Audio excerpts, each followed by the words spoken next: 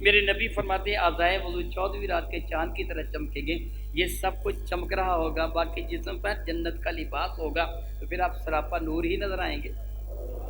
جتنے حصے ظاہر ہیں وہ چمک رہے ہیں، وہ نورانی ہیں. پھر نور آگے آگے بھی ہے، دائیں بائیں بھی ہے، اور جنت کی خوشخبری سنائے مبارک ہو تمہیں، آئیے جنت میں داخل ہو جائیے. وہ فرشتے استقبال کر رہے ہوں گے. رب کائنات ارشاد فرماتے ہیں کہا جائے گا جنت تجری من تحت الانہار، ان جنتوں میں داخل ہو جاؤ کہ جن کے باغات کے نیچے نہریں بہ رہی ہیں، نہایت ہی خوشگوار اور حسین منظر ہے. کہا جائے گا پھر وہاں جا کر جس طرح نہیں سیر و تفریح کے لیے تم کو مری چلے جاتے ہو، سیر و تفریح کے لیے کسی دریا کے کنارے سمندر کے کنارے چلے جاتے ہو، صبح سے جاتے ہو شام کو سورج غروب ہو جاتا ہے، اندھیرا چھا جاتا ہے، کہتے چلو اب واپس چلے جاتے ہیں، 10 دن فلاں جگہ رہ گئے، 15 دن فلاں جگہ رہ گئے، پھر دوبارہ واپس آ گئے. رب کریم فرماتا ان کو کہا جائے گا خالدین فیہا، جنتوں میں جا کے کبھی نکالے نہیں جاؤ گے، وہیں ہمیشہ ہمیشہ رہو گے. یہ نعمتیں چھینی کی نہیں. فرماتا ہے سبحان اللہ سبحان اللہ سبحان اللہ. میرا رب فرماتا ہے ذالک هو الفوز العظیم، اور یہ بہت بڑی کامیابی ہے. فوز وہ کامیابی کہ جو رب کائنات کی رحمتوں کے نتیجہ میں ہو. عظیم بہت بڑی، جس کو رب عظیم فرماتا ہے سوچی کتنی بڑی ہوگی. صحابہ کرام کا تذکرہ کتنے حسین پیغام رب کائنات نے ارشاد فرمایا. اس مبارک آیات مبارکہ میں قرآن کریم کی متعدد آیات مبارکہ میں ہے. میں نے آج اس کو موضوع گفتگو بنایا اس لیے کہ عثمان غنی ان میں شامل ہیں جن نے فتح مکہ سے قبل رب کائنات کی رضا کے لیے بہت کچھ خرچ کیا، اپنی جان بھی اپنا مال بھی سب کچھ خرچ کیا. اسلام لانے والوں میں حضرت عثمان غنی کا نمبر مردوں میں اکثر مفسرین اور محدثین کے نزدیک 4تھا نمبر ہے. ان سے پہلے حضرت سیدنا علی المرتضیٰ، حضرت سیدنا صدیق اکبر اور حضرت سیدنا زید بن حارثہ. مردوں میں یہ 3 افراد مردوں میں ایمان لا چکے تھے، اور خواتین میں حضرت سیدہ زاہدہ طیبہ طاہرہ خدیجہ الکبریٰ اور آپ کی ساری بیٹیاں سیدہ زینب، سیدہ رقیہ، سیدہ ام کلثوم، سیدہ فاطمہ الزہرا رضی اللہ تعالی عنہن. خواتین میں یہ ساری ایمان لا چکی تھی. مردوں میں حضرت علی المرتضیٰ، حضرت صدیق اکبر، حضرت زید بن حارثہ، یہ 3 افراد ایمان لائے تھے. حضرت سیدنا عثمان غنی سیدنا صدیق اکبر کے یار تھے، ان کے دوست تھے، اکثر و بیشتر ملنے کے لیے آیا کرتے تھے. یہ بھی تاجر وہ بھی تاجر، میرے کریم آقا بھی تجارت کا پیشہ اپنا رہے تھے. اس لیے سارے کے سارے آپس میں ایک دوسرے کے یار تھے، اور دوستانے کا سبب دیانتداری تھی. صدیق اکبر بھی دیانتدار تاجر، حضرت عثمان غنی بھی دیانتدار تاجر، عبد الرحمن بن عوف بھی دیانتدار تاجر. میرے نبی کا تو کہنا ہی کیا. میں ان کے ساتھ اپنے نبی کے انداز سے شامل نہیں کر رہا کہ میں یہ جملہ کہتا ہوں حضور بھی دیانتدار تھا، حضور کا تو کہنا ہی کیا. اس بنا پر آپس میں محبت تھی. وہ ایک جملہ کہا جاتا ہے فارسی زبان میں، کند ہم جنس با ہم جنس پرواز، کبوتر با کبوتر زاغ با زاغ. ہم جنسوں کے ساتھ پرواز کیا کرتے ہیں، کبوتروں کی ڈاروں میں اڑا کرتے ہیں، کبے کبوؤں کے ساتھ اڑا کرتے ہیں. جیسے لوگ ہوتے ہیں ان کے یار بھی ویسے ہوتے ہیں. تو یہ سارے آپس میں یار تھے، یہ سارے آپس میں یار تھے کہ دیانتدار تھے. عثمان غنی حضرت صدیق اکبر کے پاس آئے. صدیق اکبر بھی تازہ ایمان قبول کر چکے ہیں. عثمان غنی آئے، پرانے یار تھے. حضرت عثمان غنی کو ابو بکر صدیق فرمانے کے اے عثمان، میں تجھ سے کوئی بات پوچھوں؟ عثمان کہنے لگے پوچھو ابو بکر، کیا پوچھنا چاہتے ہو؟ ابو بکر فرمانے لگے عثمان مجھے بتاؤ، یہ بت جو لوگ اپنے ہاتھوں سے گڑتے ہیں، جیسا چاہا بنا لیا، یعنی آپ بت کے بارے میں جانتے ہیں نا، پتھر کا بنا ہوا بت بنانے والا اس کو ٹھگنا بنائے یا دراز کا بنائے، اس کے ہاتھ چھوٹے چھوٹے ٹھگنے سے بنائے یا لمبی لمبی انگلیوں والا بنا دے، اس کے پاؤں بنائے یا نہ بنائے، جیسے چاہے بنا دے، اس کا پیٹ جیسا چاہے بنا دے، اس کے کندھے جیسے چاہے بنا دے، آنکھوں کا جیسے چاہے اس کا بنا دے، کان جیسے چاہے بنا دے.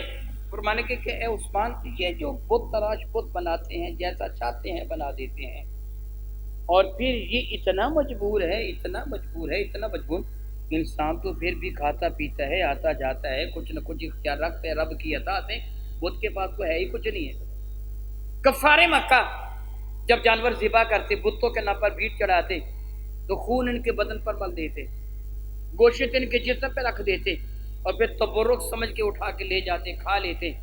تو گوشت کی لگنے کی وجہ سے، خون آلود ہونے کی وجہ سے ان پر عموماً مکھیاں بن بناتی رہتی، بدبو آ رہی ہوتی بت خانہ سے، ہے ہی وہ نجس گندے، اور پھر وہاں سے بدبو بھی آ رہی ہوتی، وہاں جانا مشکل ہوتا، وہ تو تھے ہی گندے، گندوں کے بعد جاتے تھے۔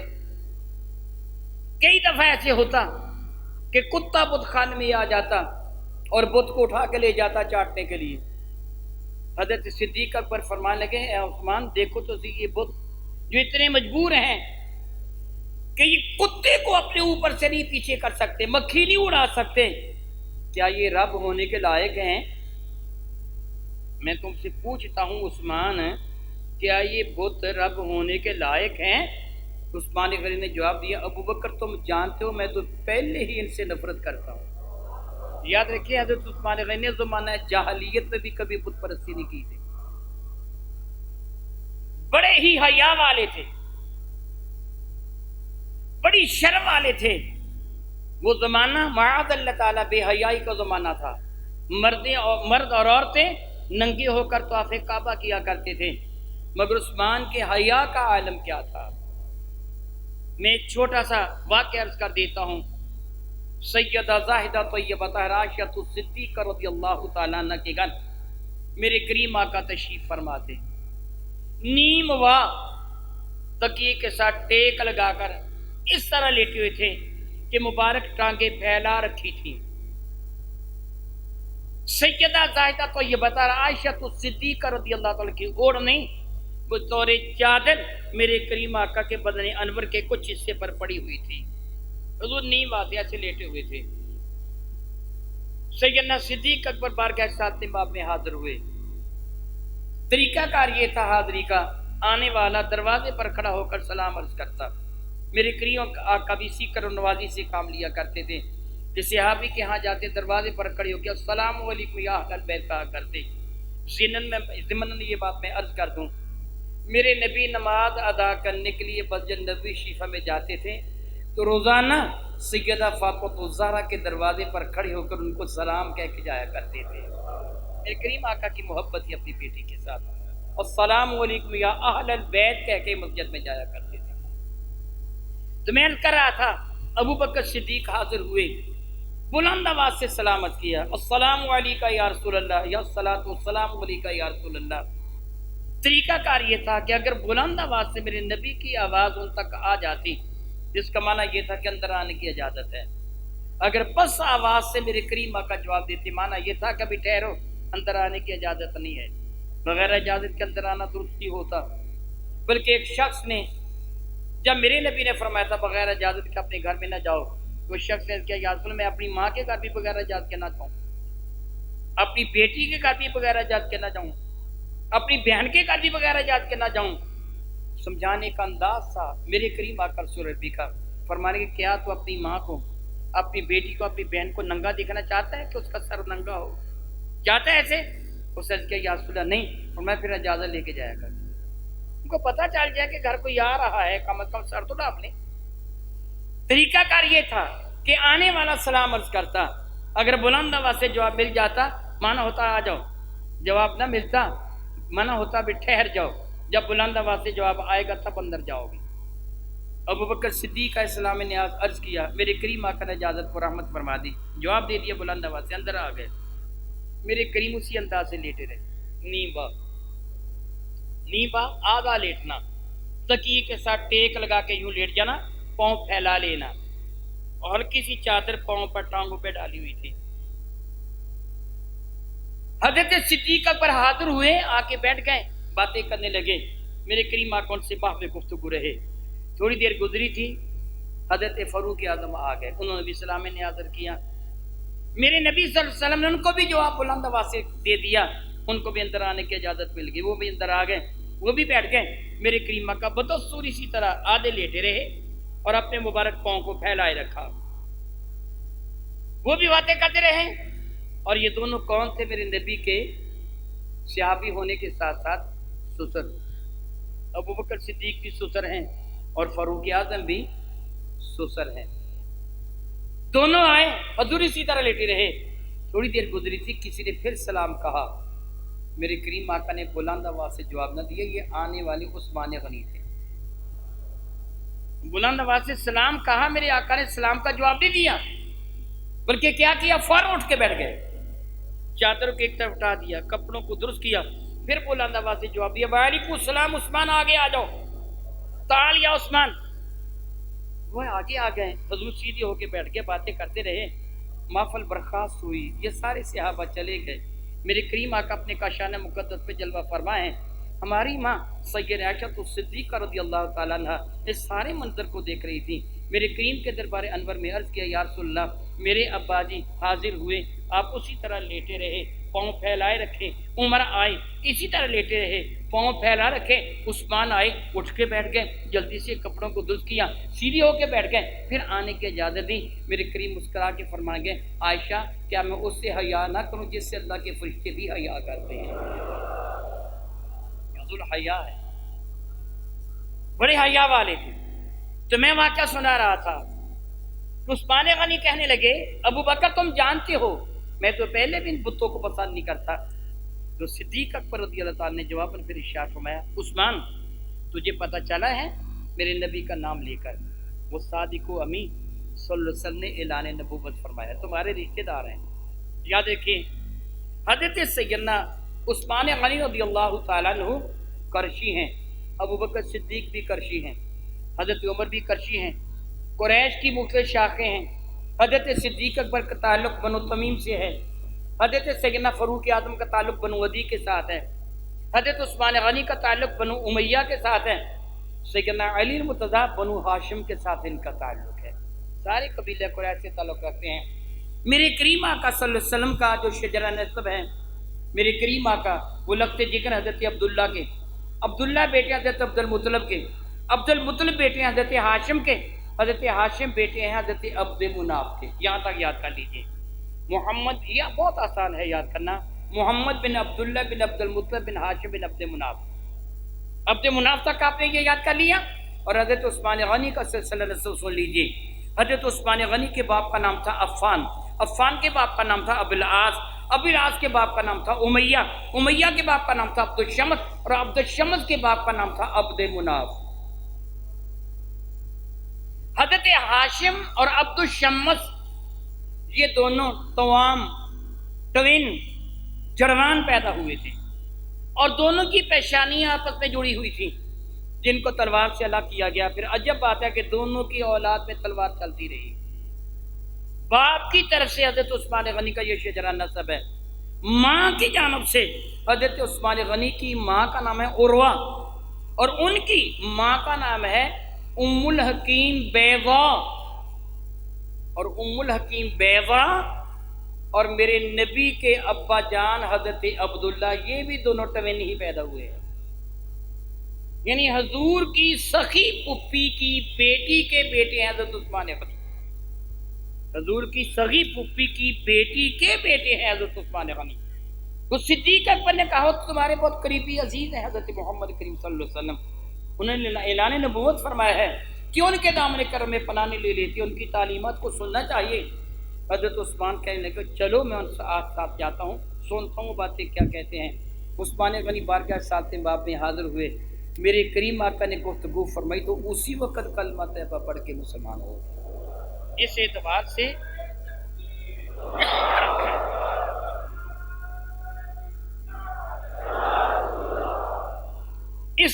سے سیدنا عثمان رضی اللہ تعالیٰ عنہ مردوں میں ایمان لانے والوں میں چوتھا نمبر ہے سیدنا عثمان غنی رضی اللہ تعالیٰ عنہ کا. اور ان کو یہ شرف حاصل ہے کہ میرے کریم آقا رسول اللہ نے جن صحابہ کو متعدد مرتبہ جنت کی بشارت دی، ان میں عثمان غنی بھی شامل ہے. ویسے تو ابھی تھوڑی دیر پہلے جس آیا بارکہ سورۃ الحدید کی 10 اور 11 نمبر آیات بارکہ جو میں نے آپ کے سامنے تلاوت کی، اس پہ رب کائنات جل وعلا کا وعدہ ہے، اللہ کے کائنات جل وعلا ارشاد فرماتا ہے 10 نمبر مبارکہ میں کہ وَكُلٌّ وَعَدَ اللَّهُ الْحُسْنَى، اللہ نے سارے صحابہ سے جنت کا وعدہ فرما دیا ہے، سارے صحابہ جنتی ہیں۔ میرے کریم آقا نے اصحاب بدر کو فرمایا جنتی ہیں۔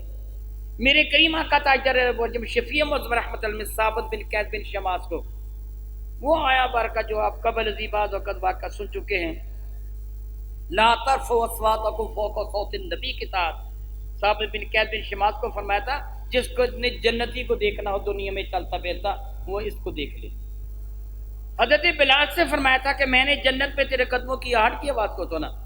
حسنین کریمان کو فرمایا تھا یہ جنت کے جوانوں کے سردار ہیں۔ فاطمہ زہرا کو فرمایا کہ جنت کی عورتوں کی یہ سردار ہے۔ لیکن 10 وہ صحابہ ہیں جن کو نام لے لے کر میرے نبی نے ارشاد فرمایا تھا، جس طرح حضرت میرے کریم آقا رسول پہ فرماتے ہیں کہ آپ نے ارشاد فرمایا تھا ابو بکر فی الجنہ و عمر فی الجنہ و عثمان فی الجنہ و علی فی الجنہ و طلحہ فی الجنہ و زبیر فی الجنہ و عبد الرحمن بن عوف فی الجنہ و سعد بن ابی وقاص فی الجنہ و سعید بن زید فی الجنہ و عبیدہ ابن الجراح فی الجنہ۔ میرے نبی نے 10 کو جنتی ہونے کی خوشخبری سنائی، ان کو عشرہ مبشرہ کہا جاتا ہے۔ حضرت عثمان غنی کا شمار ان میں بھی ہوتا ہے۔ کس انداز سے عثمان غنی رب کائنات کی رضا کی خاطر خرچ کیا؟ جیش اسرا کے موقع پر اللہ فرماتے وہ پہلے خرچ کرنے والوں کا درجہ بہت بڑا ہے۔ جیش اسرا وہ تنگی کا لشکر، میرے قریب غزوہ تبوک کی بات کر رہا ہوں، اسے جیش اسرا بھی کہا جاتا ہے، غزوہ تبوک بھی کہا جاتا ہے۔ مسلمانوں کے پاس مال کی بہت زیادہ کمی تھی۔ اسی جیش اسرا میں غزوہ تبوک میں صدیق اکبر نے اپنے گھر کا سارا اثاثہ، فاروق اعظم نے اپنے گھر کا آدھا اثاثہ پیش کیا تھا۔ حضرت سیدنا عثمان غنی پار کے ساتھ باب میں حاضر تھے، میرے نبی نے ارشاد فرمایا اللہ کی رضا کی خاطر تمہیں کچھ پیش کرنا ہے، اپنے مولا کو راضی کرنے کے لیے تمہیں پیش کرنا ہے۔ حضرت سیدنا عثمان غنی رضی اللہ تعالی عنہ اٹھ کے کھڑے ہوئے عرض کیا یا رسول اللہ 100 اونٹ میں پورے ساز و سامان کے میرے ذمہ رہا، 100 اونٹ میں سارے ساز و سامان کے میرے ذمہ رہا۔ بیٹھ گئے، میرے کریم آقا نے پھر ترغیب دی کون ہے جو اللہ کی رضا کی خاطر کچھ خرچ کرتا ہے؟ عثمان کھڑے ہو گئے یا رسول اللہ 200 اونٹ میں سارے ساز و سامان کے میرے ذمہ رہے۔ میرے کریم آقا نے پھر ترغیب دی، عثمان پھر کھڑے ہو گئے یا رسول اللہ 300 اونٹ میں ساز و سامان کے میرے ذمہ رہے۔ ان 300 اونٹوں کے بعد آپ نے الصحابہ میں ہے، اسی طرح تاریخ الخلفاء میں ہے 1000 دینار میرے کریم آقا کی خدمت فیض درجت میں پیش کیا۔ کتنا بنا؟ تفسیر ساوی میں ہے 10,000 دینار پیش کیے تھے۔ کتنے؟ آپ اپنے گھر جا کے کیلکولیٹر پر، یقین آپ کے سیل فون میں کیلکولیٹر بھی ہوگا، حساب لگائیں۔ 1 دینار ہوتا ہے 4.5 ماشا کا۔ کتنا ہوتا ہے؟ 4.5 ماشا کا 1 دینار ہوتا ہے، اور 1000 دینار کے بنتے ہیں 4 کلو 374 گرام، 4 کلو اور 374 گرام بنتے ہیں سونے کے۔ اگر انہوں نے 1000 دینار دیا ہو، اب اس کو 10 سے ضرب دے دیں کتنا سونا میرے نبی کے دربار میں پیش کیا۔ تفسیر ساوی میں ہے کہ آدھے لشکر کا سارا سامان حضرت عثمان غنی نے پیش کیا تھا۔ میرے کریم آقا نے خوشخبری سنائی تھی عثمان میں اللہ کا نبی اعلان کرتا ہوں آج کے بعد تو جو بھی کرے گا تیرا رب تجھ کو معاف فرما دے گا، جنت تجھ پہ واجب ہو چکی ہے۔ حالانکہ آپ نے تو کبھی بھی کوئی ایسا فعل نہ کیا تھا کہ جو رب کائنات کی رضا کے خلاف ہوتا، کبھی بھی ایسا فعل نہ کیا تھا۔ میرے قریب مسجد میں تشریف فرما تھے، بارگاہ ساتھ ماں پہ صحابہ حاضر ہو رہے ہیں، مسجد کا صحن چھوٹا ہو گیا، تنگ ہو گیا، صحابہ کی تعداد میں اضافہ ہو گیا۔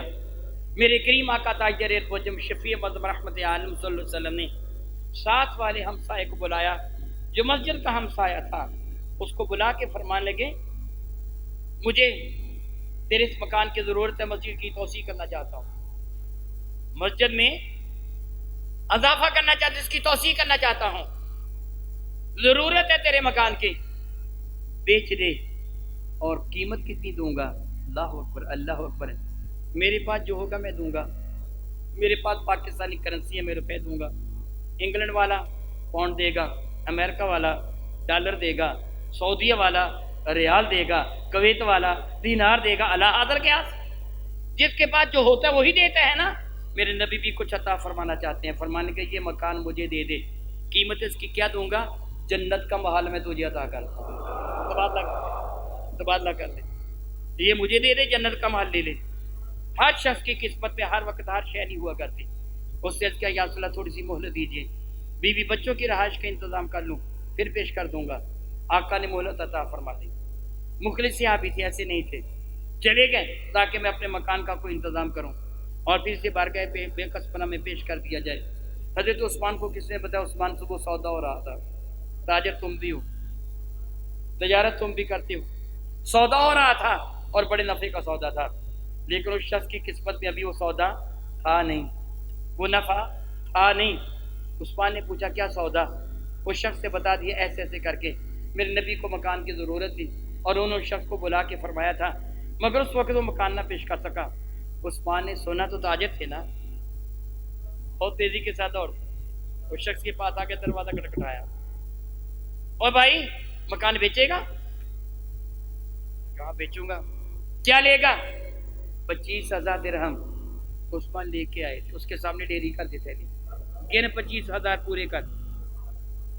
وہ شخص بڑا حیران ہو، کہنے کو عثمان بڑے کامیاب تاجر ہو، سودے کرنے کے سارے داؤ پیچ اور ڈھنگ جانتے ہو، کس انداز سے سودا کیا جاتا ہے، اسی بنا پہ میں نے تیرے ساتھ گفتگو کا انداز اختیار کیا تھا جو عام گاہک کے ساتھ کیا جاتا ہے۔ میرا مکان 25,000 کا ہے نہیں، کیا بلا میرا مکان 25,000 کا؟